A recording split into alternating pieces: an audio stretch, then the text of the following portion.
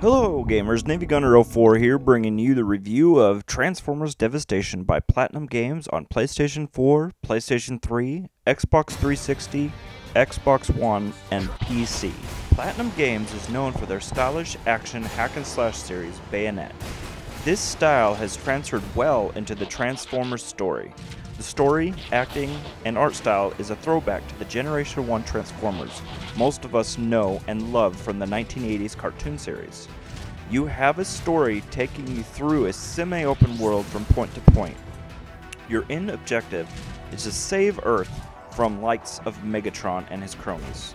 When I say semi-open world, it means there are many routes and many secret places to go, and if there are multiple objectives, you can choose which path to take. Other than that though, you are limited to a very small amount of areas, and they are corridors disguised as city streets. Each battle area opens up into a larger area, so boss battles aren't as restricted to this narrow road. Enemies come in different factions, with each faction having multiple boss battles that end in one epic battle where you fight all the bosses in that area. Some of the bosses are Megatron, Soundwave, Starscream, Devastator, Thundercrackers, Blitzwing, Motormaster, Mensor, Skywarp, and many others.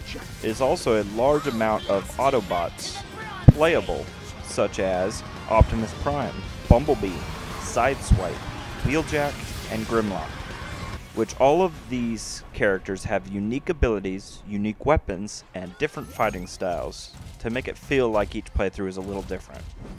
As if the star-studded lineup wasn't enough, many of the original 1980s cartoon actors have returned to reprise their roles.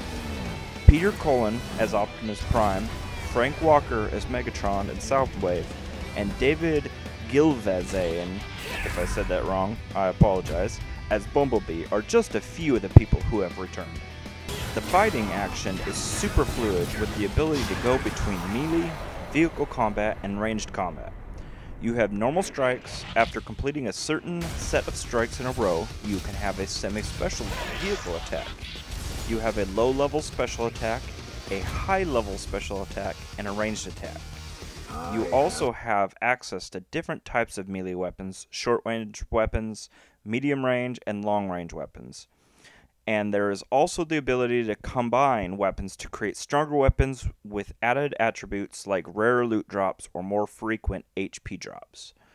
You have the ability to craft power-ups for your character to create a faster and stronger Autobot. This game has a story mode and a challenge mode. No multiplayer or co-op though. This is where the downfall of the game is, because co-op mode would be so fun to play with your friends, with multiple Autobots on the field, and it would be a huge selling point for anybody in the Transformers fandom. The other downfall, and probably the one that hurts it the most, is that it is a very short story, like 4 or 5 hours short. For the game that costs $60 and has no other modes, this will be one thing from stopping most people from picking up this absolutely wonderful game. You can play through the campaign on multiple difficulties and with multiple Autobots, and you can play the challenge modes on different difficulties and with different Autobots, but you still will be doing the same missions over and over again. So what did I think of this game? I think Platinum Games knocked this one out of the park.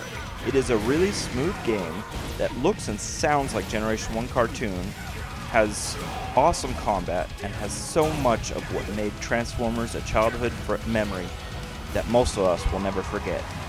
But it also has the downfall of no co-op, short story mode, and a very large price tag. If this game was $30 or less, I would give it a 10 out of 10, because it is to Transformers what Rocksteady did to Batman. But as a $60 game, I would probably give it an 8 out of 10. If you are a huge Generation 1 Transformers fan, then I would recommend this even with its faults, because you could find enough replayability and nostalgia to keep you happy. Newcomers to this style of Transformers would be better off waiting until the price drops to around $30 or less.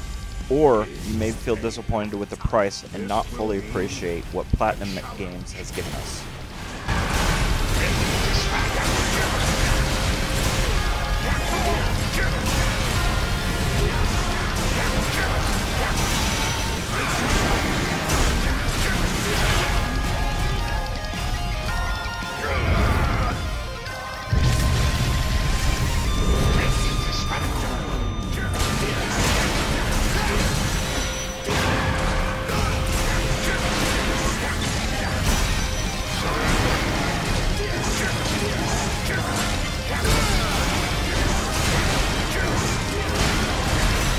I'd like to thank you for watching this video.